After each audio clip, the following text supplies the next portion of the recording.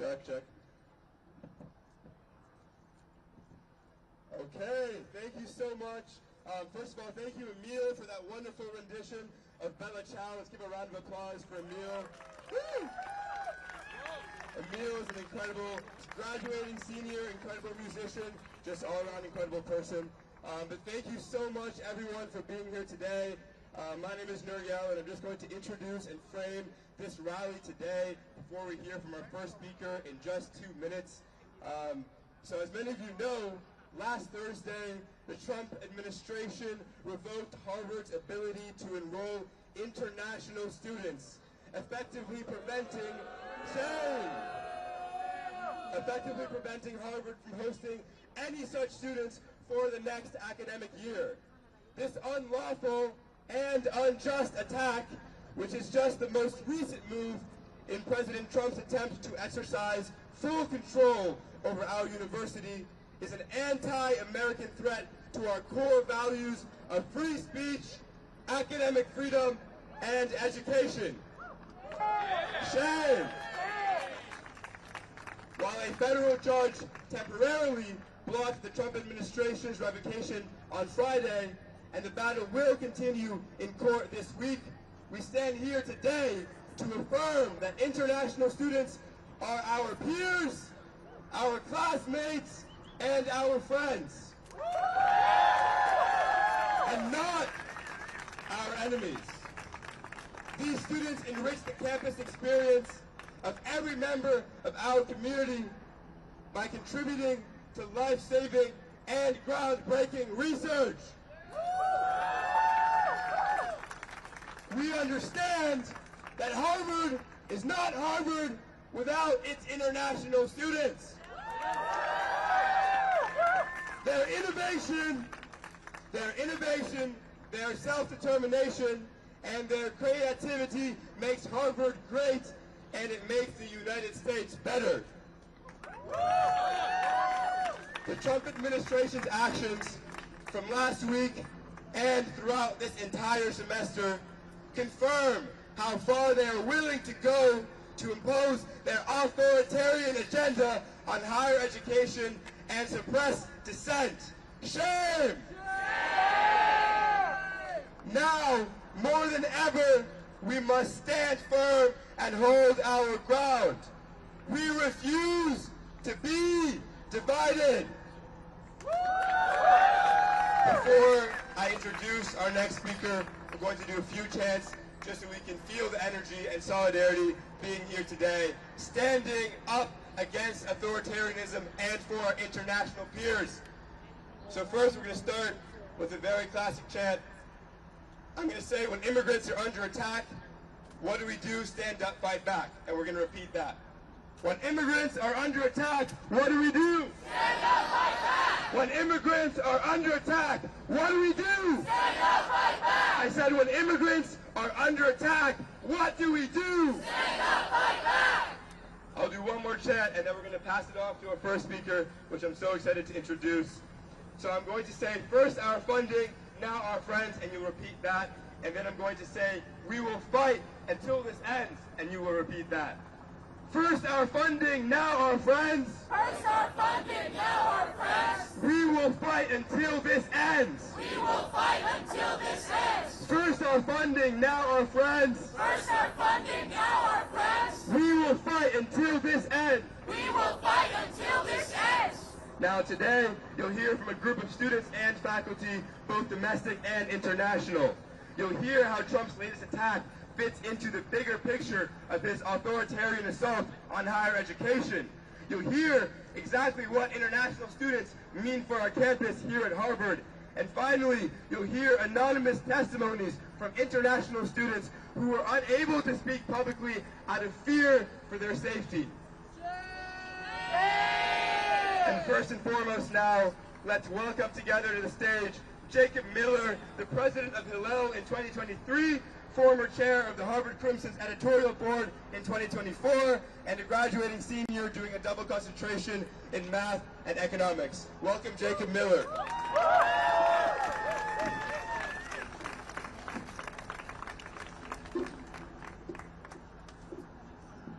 Hi. name is Jacob Miller. I want to tell you the story of Frances Dubsky. Frances Dubsky was my great-grandmother. She was a Jew in the University of Vienna. In 1938, she was expelled. She was going to be in the generation of one of the first female doctors. And said she was expelled because she was a Jew from one of the top universities in the world at the time. I stand here before you today at the top university in the world today, watching my peers face removal because of their nationality. If there is anything to learn from this Jewish history, it's that when we push people out of our schools because of their identity, it's a symptom of a morally bankrupt politics. That is why the administration's excuse for these policies, that they somehow address anti-Semitism, are so absurd. Let's be clear.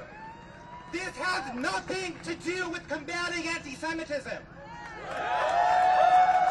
Anti-Semitism is a real problem. It's a problem at Harvard. It's a problem in our country. But these policies will do nothing to combat this age-old hatred. Instead, they are designed to divide us apart. And so I'm here today to tell you that the Jewish community rejects this administration's narrative. We will not allow our identities to be invoked to destroy Harvard. We will not allow our identities to be invoked to undermine institutions of higher education. And we will not allow the administration to wield our identities as a pretextual prop in the political persecution of our peers.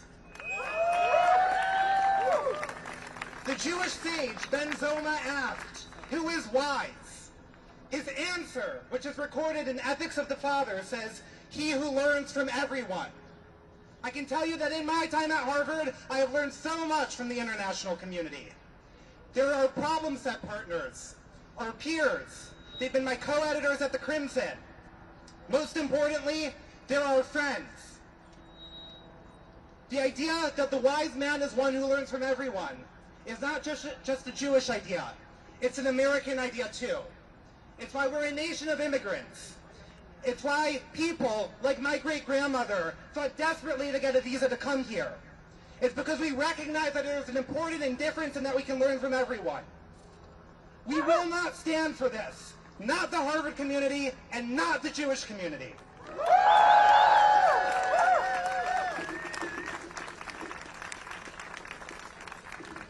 All right, let's have another round of applause for Jacob Miller. Woo! Repeat after me. We're here to learn and not to leave. We're here to learn and not to leave. In education, we believe. In education, we believe. We're here to learn and not to leave. We're here to learn and not to leave. In education, we believe. In education, we believe. Thank you. And now, let's please welcome to the stage Professor Ryan Enos, Professor of Government at Harvard and a member of the Harvard chapter of the American Association of University Professors. Let's hear it for Professor Enos.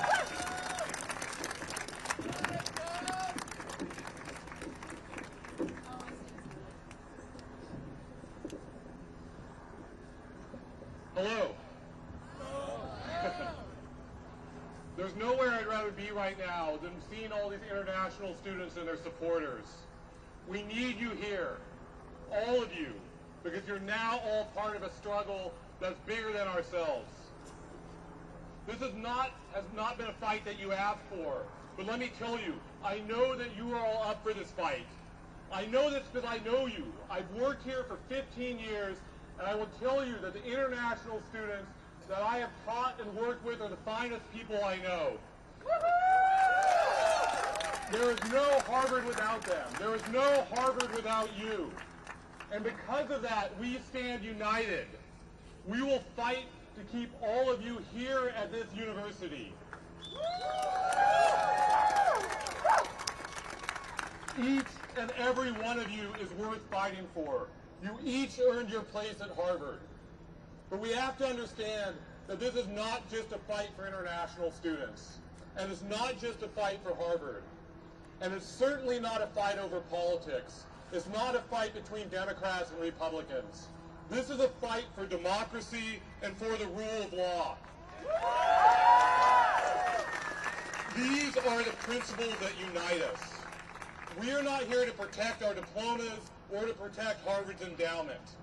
We are here because of an idea in America, represented by all of you, that is worth fighting for. It tells you a lot about an institution or about a country if people come from across the world to be there. It also tells you a lot about a country when it sends its people across the world to help others. You know, I know this because in a certain way, I started my life as an international student. I was born as an American citizen, but not in this country. I was born in what was then West Germany. My very earliest perspectives were as a visitor, learning and being nurtured by another country. But the important part is why my family was in Germany. At the height of the Cold War, the struggle between tyranny and freedom, between dictatorship and democracy, my father was stationed in Germany as part of the American military. And he was one of millions.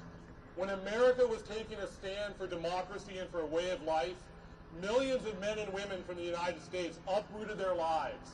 And American taxpayers paid with their dollars to be in the front line of freedom. It was America that took on that duty. We didn't leave it to somebody else to protect freedom. Now look, I'm not naive. I understand history. So I know that America was not perfect in its history. And I'm not asking you to believe that America is perfect now, but I'm asking you to believe in an idea. The idea that America can stand for something great.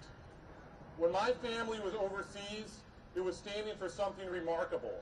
It was a country that used its wealth and power to try to make the world a better place. For many of you, it was this idea of freedom and democracy and the blessings that flow from these that made you want to come to America. This is the noble idea of America, an America that brings in, teaches, and nurtures the best and the brightest from around the globe and gives so much back to the world. An America that sends its citizens and our science and our ideas around the world to better humankind. An America that stands for democracy, for the idea that a government is for the people and by the people. An idea that people, all people, have certain inalienable rights.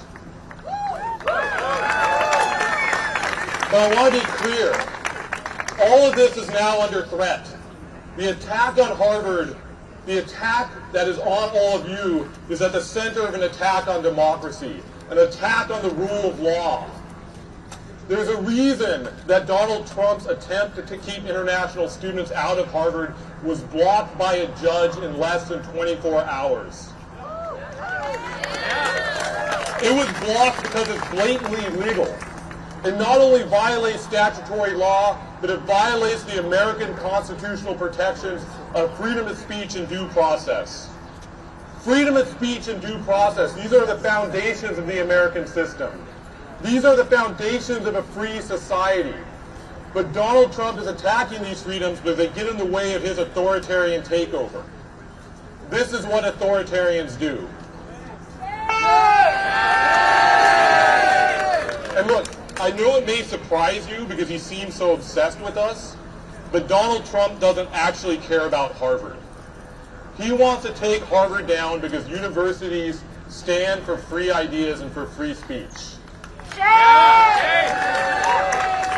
Free ideas and free speech get in the way of authoritarians.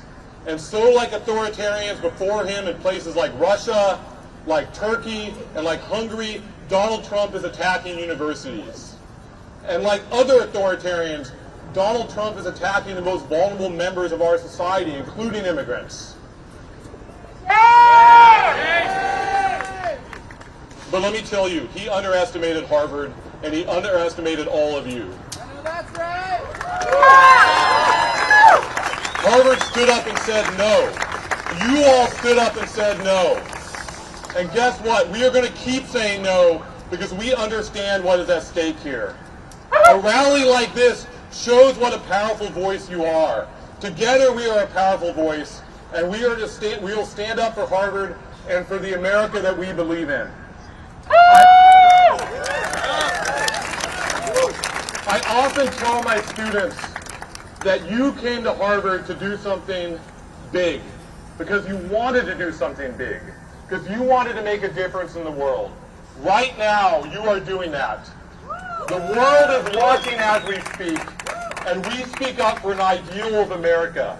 This is what we are fighting for, and I know together that we can win. Thank you.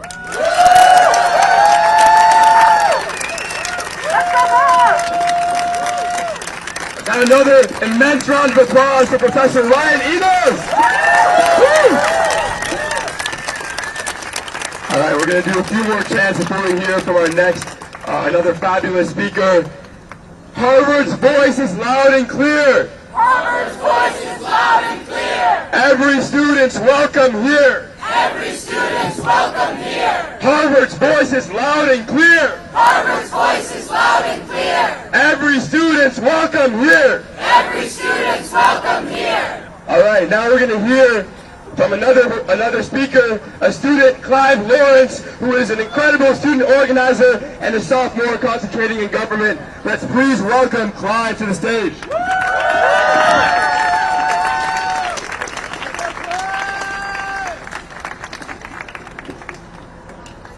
When immigrants are under attack, what do we do? Stand up, fight back. When immigrants are under attack, what do we do? Stand up, fight back. My name is Clive Lawrence, and I am a student at Harvard College. As a child of immigrants and part of a military family, I came here to study, grow, and learn from others. But today, those freedoms are under attack. Today, I am saying that must end. Today, I am here to stand for academic freedom, for free speech, and with international students. Over this year, Donald Trump has made his plans clear. An unlawful, unconstitutional crackdown on some of our most fundamental American values. He is attempting to bend our institutions to his will. Responding to this moment requires us to reckon with our history, our present, and our future. Harvard must be up to the task. The great cavern of change is here. There's no going back.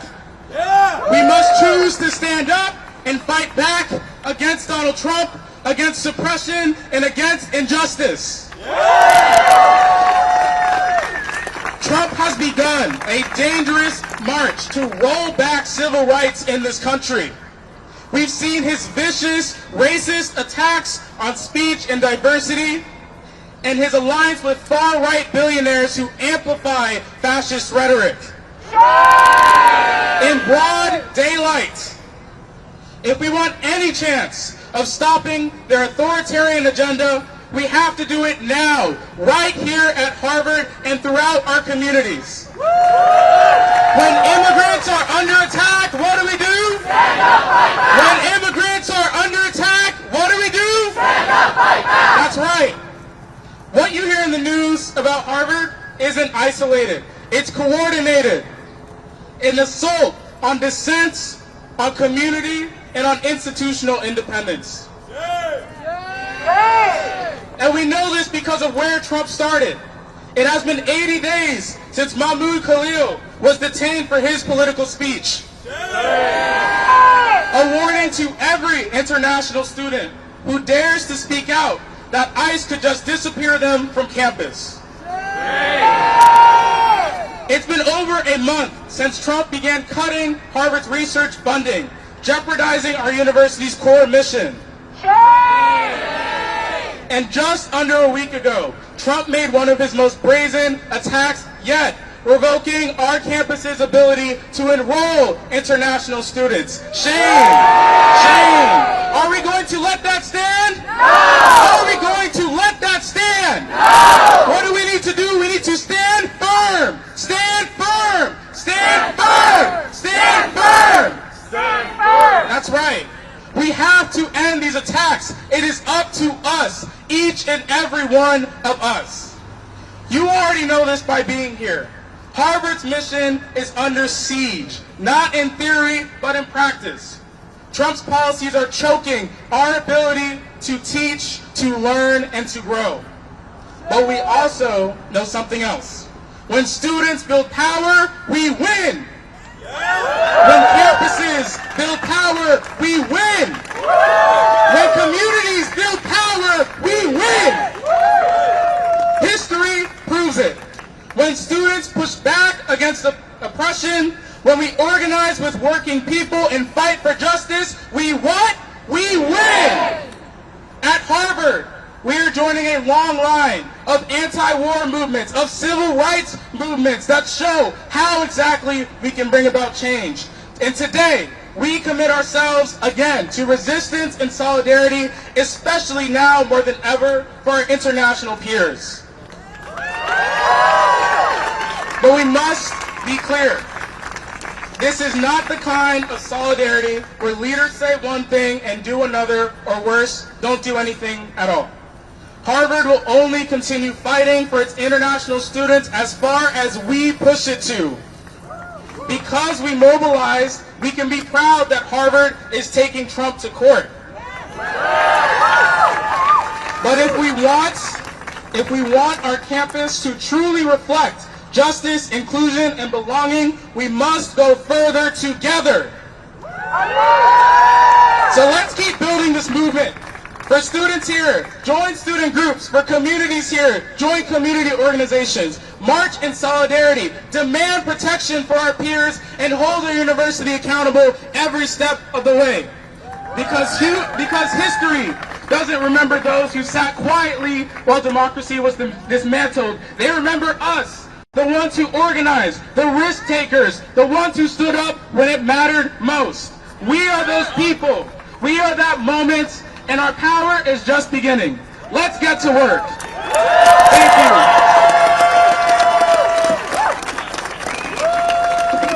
Let's hear it for Clive Lawrence! All right, we're going to do one more. Repeat after me. You guys are doing great with those. Who belongs in class today? Who belongs in class today? Every student, let them stay. Every student, let them stay. I said, who belongs in class today? Who belongs in class today? Every student, let them stay. Every student, let them stay. All right, we have a few more speakers. We're going to have a group of 3 speakers, and then we're going to have a final speaker who is going to be Leo, an international student from Sweden, who many of you already know. Now, as many of you know, the Trump administration has intentionally created a climate of fear, both across the country and right here on our own campus. And while many courageous international students have spoken out publicly, including one you'll hear from very soon, others are understandably afraid to speak up, afraid of retaliation, afraid of deportation, afraid for their livelihoods, and afraid for their futures. But these students must still be heard, and so Students for Freedom created an anonymous submission portal where international students could more safely share their stories. Today, we will read some of those stories out loud. To protect the international students who shared these testimonies anonymously, 3 domestic students will stand in their place and give voice to their words. Woo! Now, when you hear these personal testimonies, American students speaking the words of their international classmates, we hope that you will recognize, that you will understand that our voices are united. You cannot divide us, domestic and international alike. We are part of only one university, And for every student who cannot safely speak out, there is an American student ready to defend them, to stand beside them, and to speak up with them. Woo! So now I'd like you all to welcome our next three speakers. We have Ray Trainer, a junior at Harvard doing a double concentration in psychology and molecular biology, Avinashi Bandari, a junior concentrating in physics and chemistry, and Victor Flores, a senior and a co-president of the Harvard Democrats in 2024. Let's hear it for these three speakers. Woo!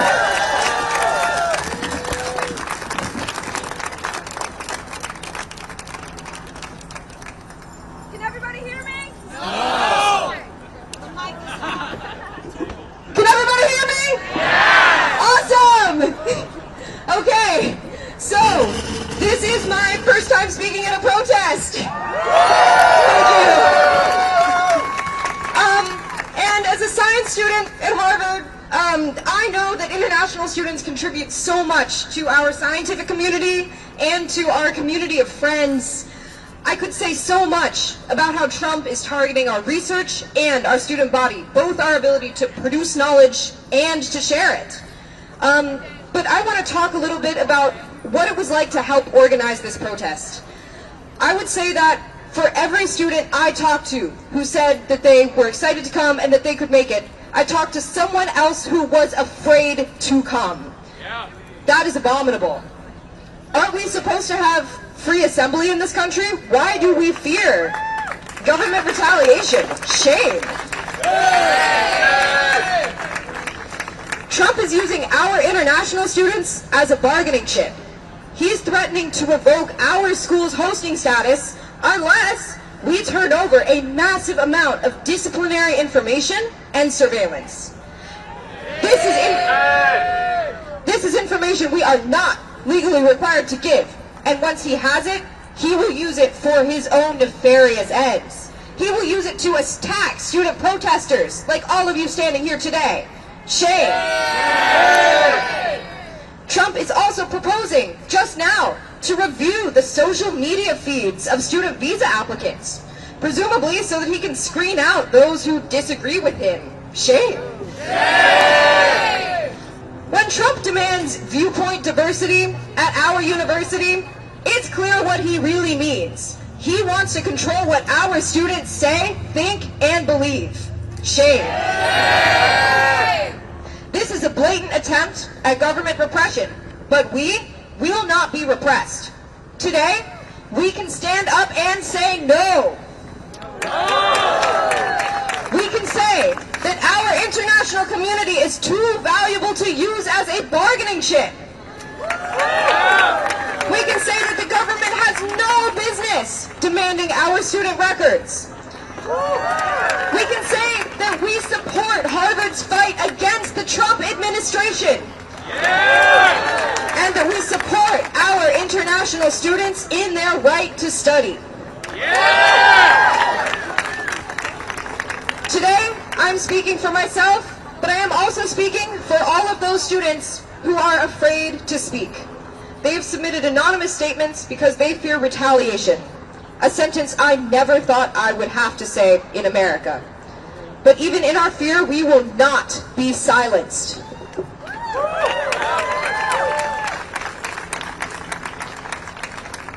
Okay, our first statement, my first statement, comes from an international student who is a freshman in the class of 2028. And they said, "I am enraged and infuriated by the Trump administration's decision to revoke Harvard's SEVP certification, the latest episode in a series of vicious attacks against our university. This has nothing to do with fighting anti-Semitism or pro-terrorist sympathies on campus, and everything to do with punishing our university for its refusal to bend its knees and lick Trump's boots. We stand united against the illegal and unconstitutional actions of this administration, and we will not give up the fight. Hasta la victoria siempre."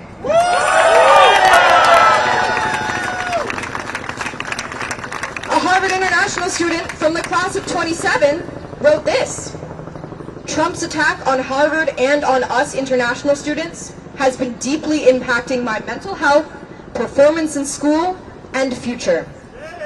Shame.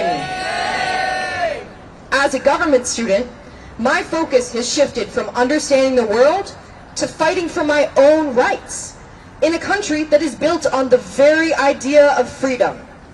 No country can ever take democracy for granted, and I hope that people will stand up for it.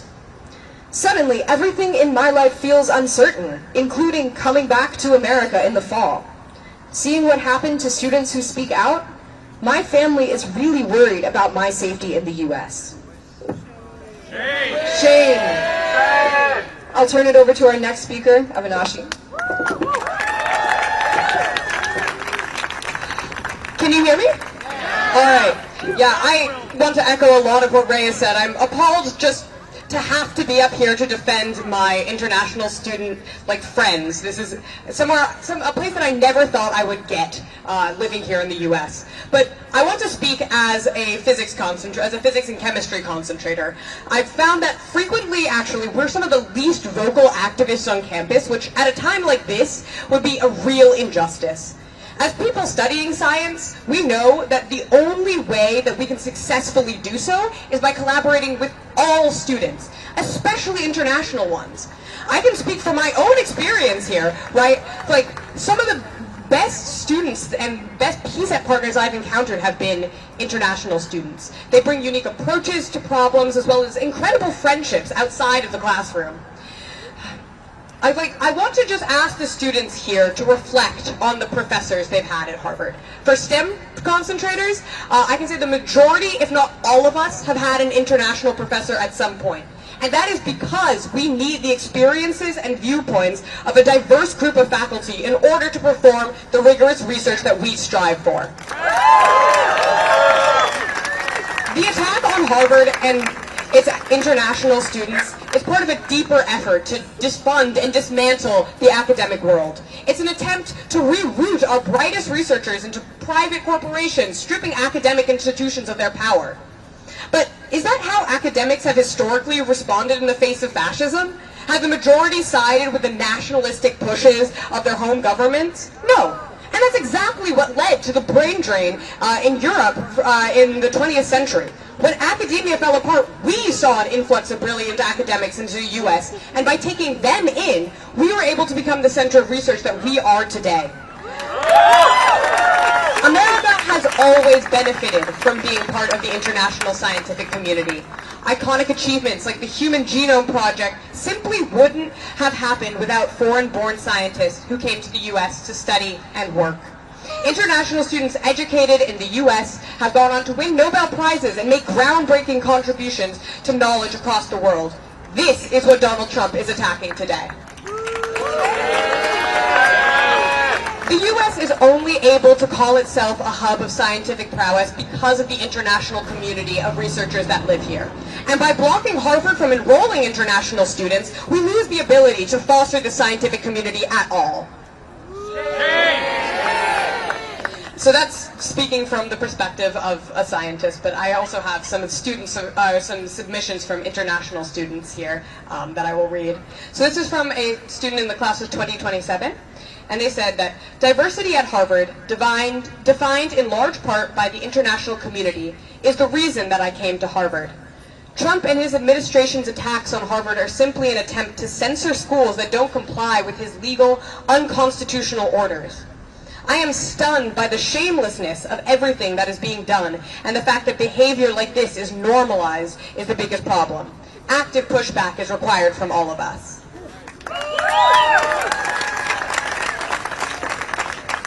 Another sophomore international student says, I come from a country that has a well-protected human rights and democratic values. I never thought that by coming to America I would lose the same freedoms I was lucky to grow up with.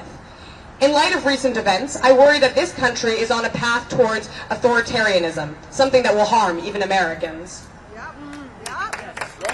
will now pass off to the next speaker. Hello everyone, and thank you for having me.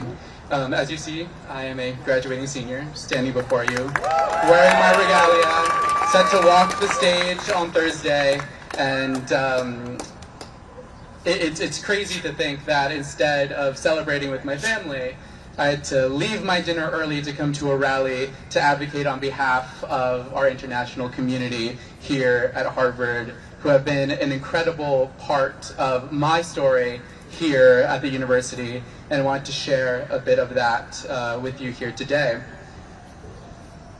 So I wanted to briefly share some words from the perspective of a senior who has been deeply impacted by international peers over my time at Harvard. Coming from a small, rural community, most folks back home don't end up leaving our hometown. Few travel outside of the United States. As a student at Harvard, the world opened up to me as the campus's diversity gave me the opportunity to collaborate and exchange ideas with students from communities, backgrounds, and with experiences completely different from my own. And this learning began quickly as day one, when I had the immense luck to be sorted into a room with my gorgeously kind first-year roommate, an opera singer from India. Among the many things that he taught me was a surprising amount of German, as he used our common room as a rehearsal space where he prepared for his role in the magic flute. Most importantly, however, he taught me the value of authenticity. One of the first things that I learned about him was that he was gay. I had never lived with a gay person before, but his openness and kindness allowed me to ask questions about his life and experiences, finding that some of the things that I had been feeling, but too afraid to share, were similar to his story. Ultimately, I had to do the hard personal work to unpack my internalized homophobia so that I could be honest with myself. I am queer, and seeing how he was able to find love and community in an environment arguably far more dangerous than my own gave me the confidence to be my authentic self.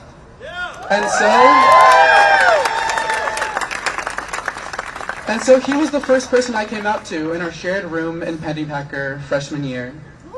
I share this to say that I would not be the person that I am today without the relationships I have built with my peers, both international and domestic, here at Harvard. And for that, I am eternally grateful.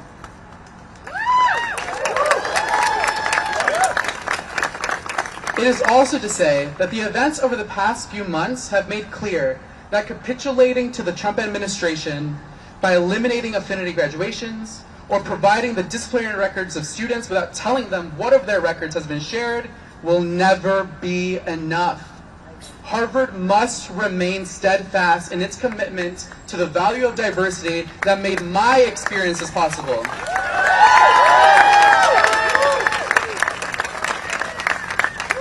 Now, I thank you all for the opportunity to share my perspective, but now I'd love to share those of my peers who cannot be here with us today without great risk. From the class of 2027, to everyone, no matter where you lie on the political spectrum, I hope this matter opens your eyes. College is an opportunity to learn from your peers. The perspectives international students bring to the table make their peers better and more prepared to take on the world. Harvard is not Harvard without its internationals.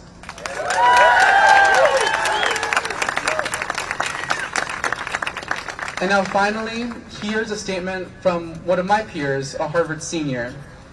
The Trump administration says that it is a privilege for Harvard to host international students and for international students to be here.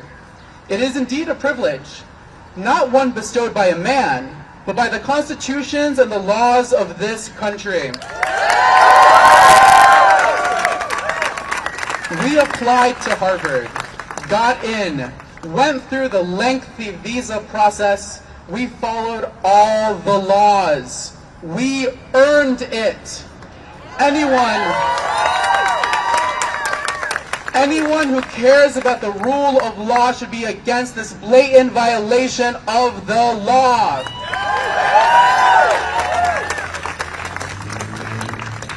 So thank you all once again for having me and my domestic peers up here to be able to share the perspectives of our international students.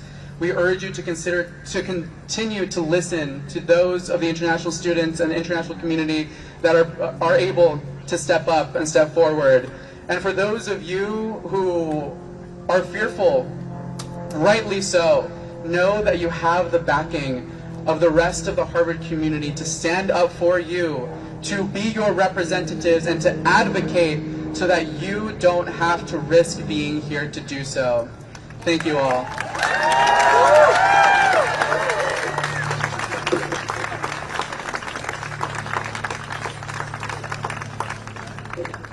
Let's hear another round of applause for Ray, Avinash, and Victor. Woo! We won't be split, we won't divide. We won't be split, we won't divide. History is on our side. History is on our side. We won't be split, we won't divide. We won't be split, we won't divide. History is on our side. History is on our side. Now, gathered here today, we understand why it is so important to stand united and to stand organized against the Trump administration today. And that is because organized power is real power. It is by standing with our friends, our peers, our community members in solidarity that we can fight the good fight and that we can win. Woo! Because when immigrants are under attack, what do we do? Stand up, fight back. I said when immigrants are under attack, what do we do? Stand up, fight back. What do we do? Stand up, fight back. What do we do? Stand up, fight back. And now finally, before I introduce our final speaker, I'd like to plug in our Instagram because that is how we will stay connected over this summer, because this fight is not over this semester. It is not over with graduation in 2 days. The Trump administration has 7 more semesters worth of attacks on Harvard, and so we cannot back down now. And so our Instagram is Harvard Students for Freedom. The 4 is the number 4. Again, that's Harvard Students for Freedom. And you can join there with a link in the bio. Thank you. And now, last but very, very certainly not least, I'd like to introduce a dear friend, an international student from Sweden and a co-founder of Students for Freedom. Let's hear it for Leo! Woo!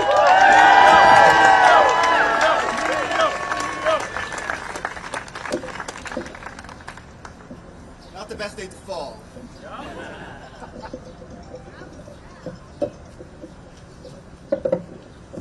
Great, can you all hear me? Great. Thank you so much, Nuriel, and thank you all who showed up from the Harvard community, from the Cambridge community, and beyond. The last couple of weeks have been nothing what I expected senior spring to be. In response to Trump's assault on higher education and on free speech, we started to mobilize this movement, Students for Freedom. Woo! And I have taken every opportunity to stand up for the values that were the reasons that I came to America in the first place. Freedom of speech, academic freedom, the promise of America.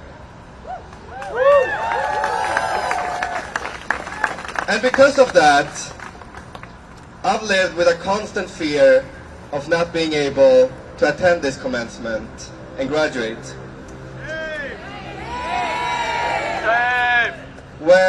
When a man looks at me for a couple more seconds than usual, my heartbeat has started going up. Because it might be an ICE agent who's about to detain me like they did with Romesa Ozturk, Mahmoud Khalil, and Ksenia Petrova. I can no longer count how many times people have told me that what I'm doing is too risky, that I need to get a lawyer, that it's not worth it, that I should be careful with what I say. And that, my friends, should be proof enough that this country is on a very, very dangerous track.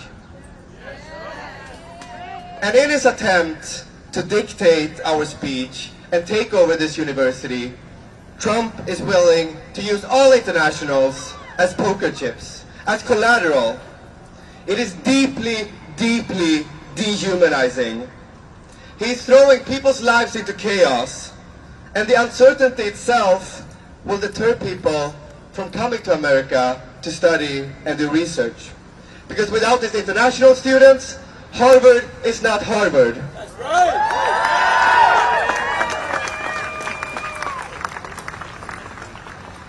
And look, me and my fellow international students, we never wanted to take this fight. But we have no choice but to take it. Because if we start to give in, he's going to demand even more. If we hand over a couple of names of students who, say, participated in a protest, he's going to come back and ask for 100 more. If we fire a few controversial professors, every economics professor who criticizes his tariffs, or a medical researcher who develops vaccines, or a law professor who simply teaches the Constitution, all of them will then be at risk. That is why we have to stand firm, we have to stand united, because we will never, never surrender our independence. So Harvard, please join me in saying no to every single one of Trump's demands. Are we going to let Trump dictate what can be said in our classrooms? No! Louder! No! Are we going to let Trump fire professors who disagree with him? No! Are we going to let Trump install himself as provost of this university? No! Never! Never, never, never. Because doing so would be a shame to the ideals and values that this place is supposed to install in us, and that we celebrate this week in particular. Veritas, the right to voice dissent, whether it's in the classroom or it's from the stage of a protest. And doing so would be a shame to the people who walked before us. Those who fought on this very ground 250 years ago to reject a British monarch in favor of a free country. Those who fought for black students to be admitted to this campus. Those who fought for women to be admitted to this campus.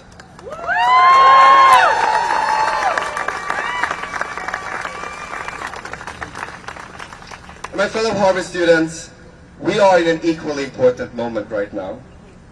One that will define not only the history, the course of history of this university, but one that will serve as an example for the rest of the country, for the rest of the world. Because if we give up, others will surely follow suit. We can never allow that to happen. We will never allow that to happen. Because, my friends, Trump's intentions, they are pretty clear. He wants to rule as a dictator. He's going to continue to make demands, threats, trying to intimidate us, trying to crush any resistance. But whether he succeeds or not is up to us. We have the choice of whether to accept it or rise against it. We have agency. We, the people, have the ultimate power over the direction of this country.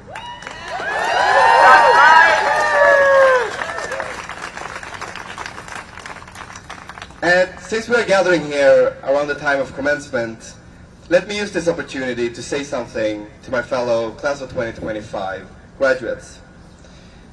I hope that we can all learn something from these last couple of months. We will all find ourselves in similar situations as Alan Garber in the companies and institutions we work for and lead. Collectively, the class of 2025 is going to have a lot of power in this world. Use it wisely.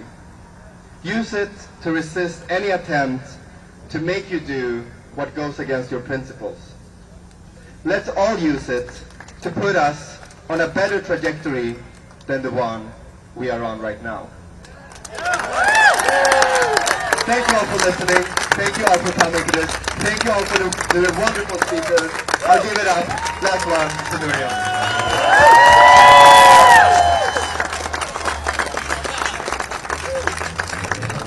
Hey, thank you everybody for being here. Again, follow the Instagram Harvard Students for Freedom. Stay connected, stay in touch, and don't give up the fight. Thank you.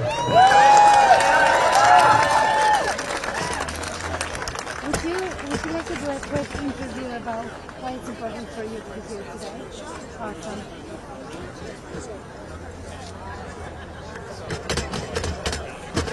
Your baby is so cute. So Strongly activist dog. of course, of course. Is it him or her? It's a him. Him. Rafi. Rafi, that's beautiful. R-A-F-I. Awesome. Let me just make sure I have everything I need. 1, 2.